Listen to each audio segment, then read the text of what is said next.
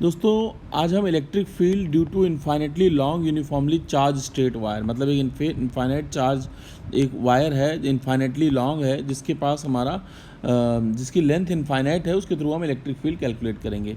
दोस्तों हम इस सीरीज़ में छोटी छोटी वीडियोस के फॉर्म में आपको बहुत सारे फिजिक्स के कंसेप्ट्स और डेरिवेशंस और सब everything we will cover with numericals and everything. तो हम छोटी छोटी वीडियोस 2 4 5 मिनट की फॉर्म में तो अपने दोस्तों को शेयर कर लें और भी कंसिस्टेंट चैनल को सब्सक्राइब करके आप चीज़ों को बहुत ही अच्छे तरीके से सीख सकते हैं, तो आपका रिवीजन भी होता रहेगा। चलिए खैर रिलेटेड भी अब हम बात करेंगे पॉइंट की।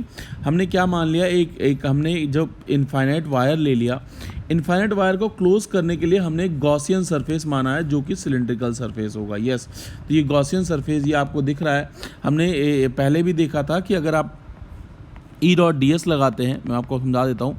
ई dot D S equal to Q by epsilon naught हमारा गॉस थ्योरम होता है।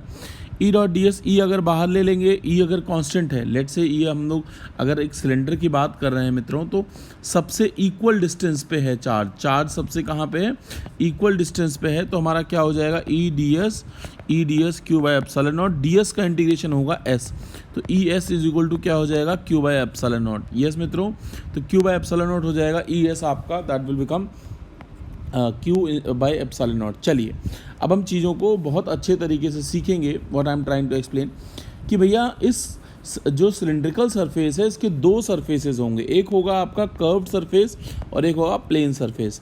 लॉजिक के हिसाब से समझें दोस्तों, तो ये हमारा सिलिंड्रिकल है, ये हमारी रॉड है, तो कर्व्ड सरफेस की तो इलेक्ट्रिक फील्ड होगी क्या, नॉर्मल, और हमारा नॉर्मल वेक्टर भी इधर की तरफ ही होगा क्योंकि सरफेस के नॉर्मल।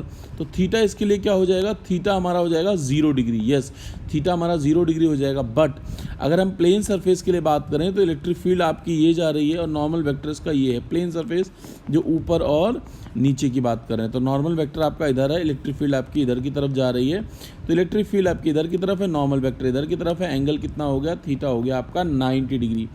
कितना हो गया मित्रों, 90 डिग्री हो गया।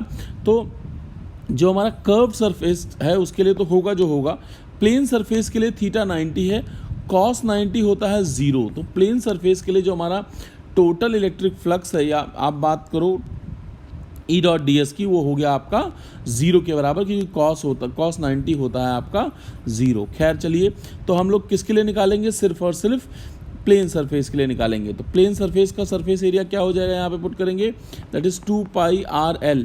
एक्चुअली एच होता है बट हमने लेंथ इसकी एल मान रखी है, तो 2 pi R E into 2 pi R is equal to Q by epsilon not. Confuse ना हो इसलिए बता रहा हूँ, आपको पहले ही पता लैम्डा होता है लीनियर चार्ज डेंसिटी और लैम्डा होता है क्यू बाई एल। तो क्यू को हम लिख सकते हैं लैम्डा इंटू एल। मैं छोटी छोटी बातें आपको समझा रहा हूँ, तो लैम्डा इंटू एल अपॉन में एप्सिलॉन नॉट।